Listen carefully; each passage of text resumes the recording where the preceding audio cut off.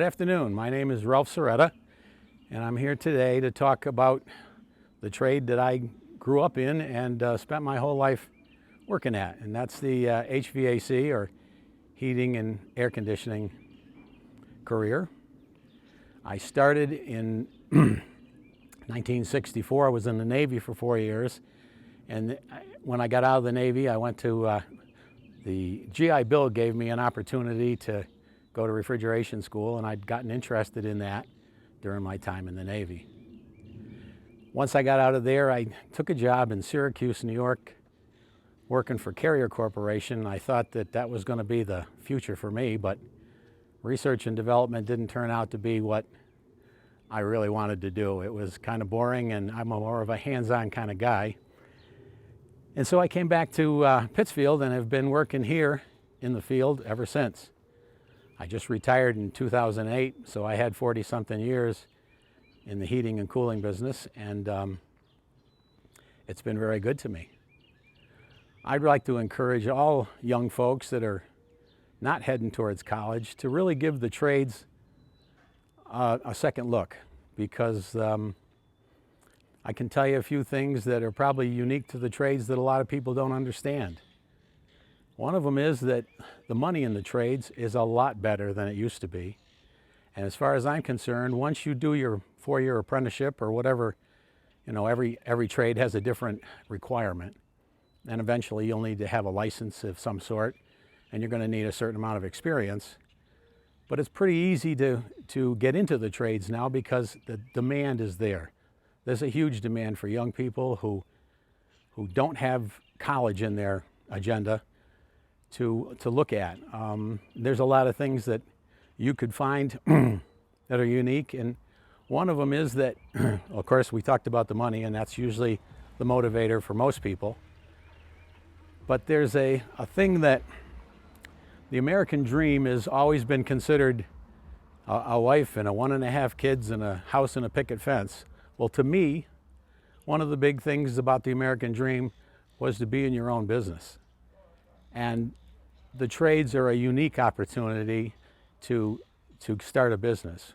You're going to have to be skilled at your craft, but once you are, I think you're probably better set up to be on your own than you would be if you worked for somebody in an office somewhere. No matter how good your skill was, there's a lot of things that you probably wouldn't be prepared for. Like I said, when I finally came back to Pittsfield, I worked for Berkshire Air Conditioning, and that was many years ago, 1970 to about 77.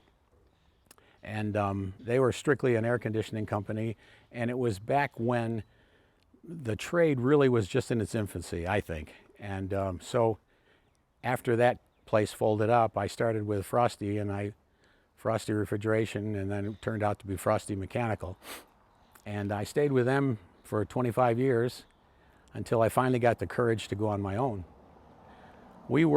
At Frosty, we worked on a bunch of different things. We worked on refrigeration units, ice machines. We worked on a lot of heating and cooling, oil and gas heat, ground source heat pumps, air-to-air heat pumps. I mean, you name it. When you live in a small community and you work in this field, you have to work on so many different things because there's not enough work in any one aspect, which is good because it really rounds out your training. But I enjoyed getting up every morning and going to work, and I can say that for all the years of my employment, not because I'm one-sided in this thing. I could find, to me, the challenge was what I enjoyed the most. And every day is a challenge because you're in a different location every day. You're working for people that you've lots of times have never met before. And the big challenge is not necessarily the machinery. The big challenge, I think, sometimes is the people. So you have to develop people skills. It's fun. It's a challenge, but you'll always be busy. The thing is that if you're skilled in a craft, whether it's HVAC or electrician or plumber or carpenter, you're always going to have work. You're going to go anywhere in the United States and you're going to find work. You're not in a field that's going to be outsourced to somebody in India or Pakistan that can do your job sitting at a desk at a computer.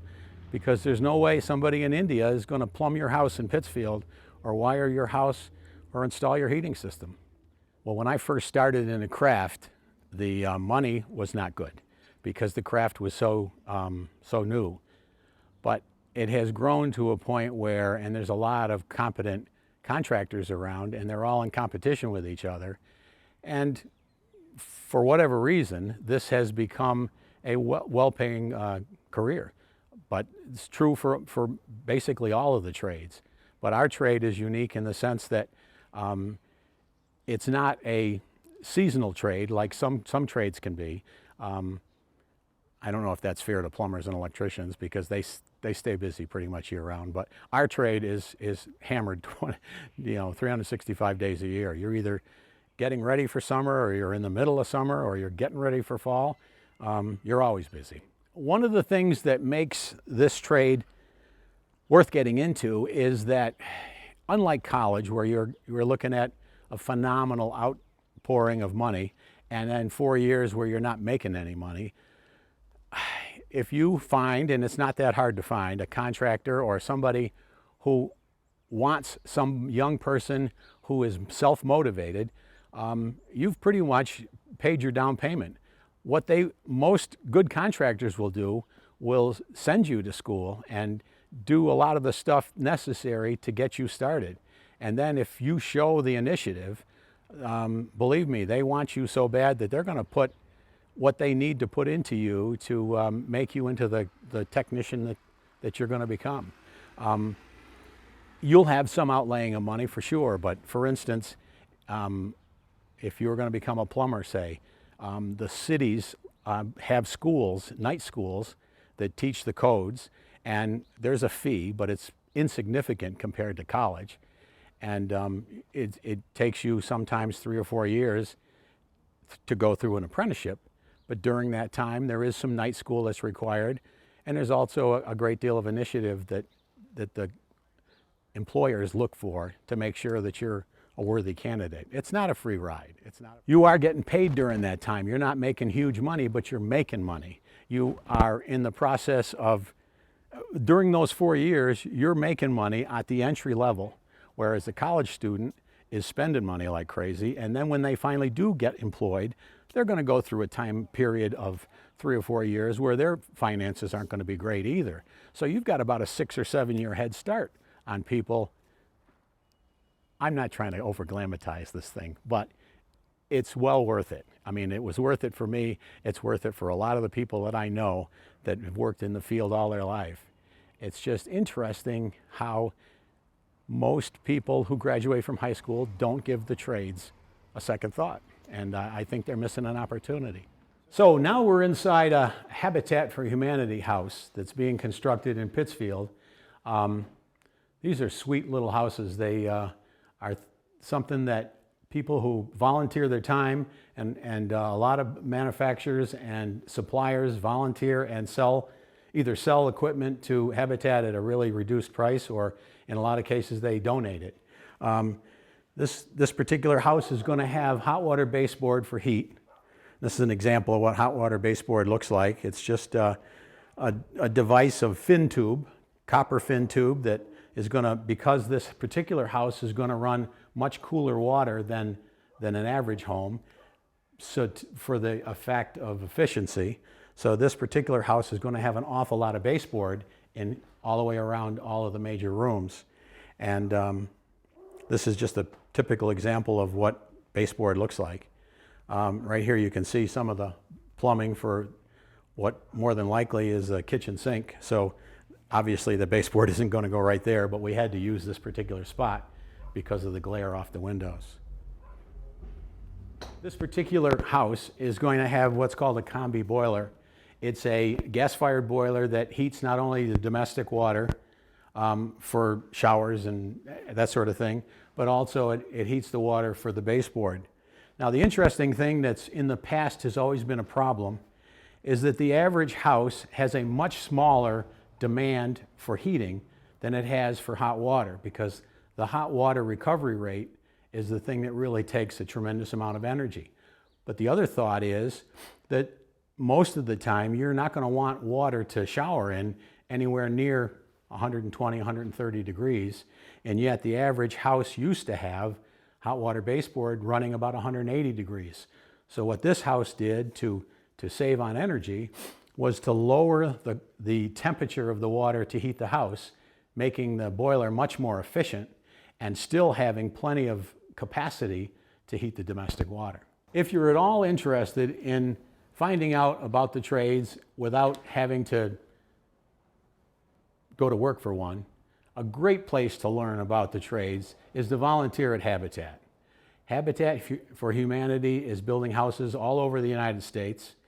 And in every one of those houses, there are people coming in to put the heating systems in many cases to put the cooling in, the plumbing, the electrical, the framers themselves, the carpenters are going to be working here.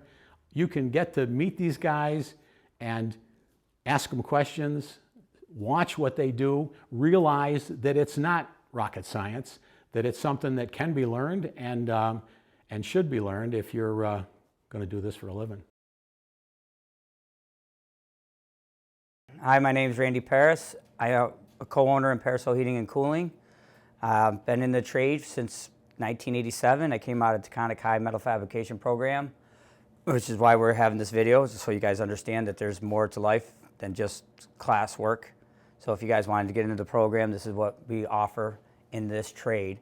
So we do a variety of things when it comes to metal fabrication. If you get into the sheet metal side of it instead of the welding, we always do heating and ventilation and air conditioning. And this, what you'll see down here, is a lot of stuff that we've done in the past. This is getting better and easier as we get along. The technology is changing every day, which is making it more interesting and exciting. So what we've done here is, like in this job, this has a heating and HRV, which is a heat recovery ventilation system, which draws fresh air from the outside and it brings it inside and takes all the stale air out, so you have a fresh smelling house, takes away all the carbon, the VOCs, which a lot of people have problems with, fresh air in the houses. So this is a system that comes in. We draw air from the outside, has a 2-fan system, and it has a medium core filter. So when the cold air comes in, it gets exchanged with the air going out, but they don't touch each other. The air goes through 2 different streams of air. So that helps with a lot of ventilation, helps with breathing issues, everything else with people. And when in the trade, we all talk about money. This is what's going on. This is needed in almost every house. Keeps us employed, keeps us going. This is why we do the stuff like this. And this takes some material to do it. So on this side, we've got the heating unit. And what you're looking at here right now is just a return duct. So we come in, this is the fabrication end. We build them in the shop, we make them. This is what you learn while you're there. You guys have, we use a CNC machine. Taconic has a new one now. They're developing it, and it'll follow right into my shop or everybody else's shop. They have almost the bigger places have those CNC machines, and that's how you work it. So what you're going to see is we pull down the cold air return, has to go through a filtration back into the system. And then on this side over here, this is the heating system, and we have the flue exhaust, which we have to do. We're hired, it's part of our trade now, it's part of our licensing. And you have the whole heating system that does forced hot air, gas forced hot air. And this is a 2-stage system with an air conditioning, meaning that we have it set up so that you only use so much BTU, so much heat in there. So when you guys come out into the trade, it's going to be different. You're not just going to do metal. You're going to learn actually how to fix a system, how it works, how to size a system for a house, how to make things work, and how to make people more comfortable. That's what this whole job is about. It's not about just building ductwork and installing it. It's about making people comfortable and happy. When they go in, they're happy. When they tell you, hey, you did a great job. I love the way it is. I love the system. It makes a big difference in how you feel about yourself and what you accomplished. So this is a 3-zone system, which gets a little more complicated. And there's a zone panel here. The EWC panel is what we use. And what that does is when you have 3 thermostats in 3 different locations, so that area of the house can be a certain temperature over the other area of the house. By doing that, more even comfort. And that's how, and it gets a little more complicated when you do it because you have to do more ductwork because they're different branch runs. So when we get to that volume, you have to learn those things as you go along. It sounds confusing when you start, but it gets pretty easy as you go along because it becomes the same thing over and over.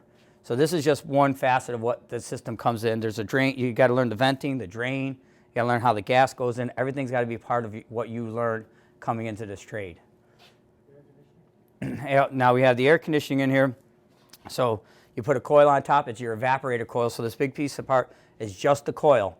And then you pipe to a condenser outside, and that brings the refrigerant in cooling and pulling out the humidity, and it cools it so then the air flows through that and works its way up. So you have a two-part system here. You have a heating system and an air conditioning system off the same setup.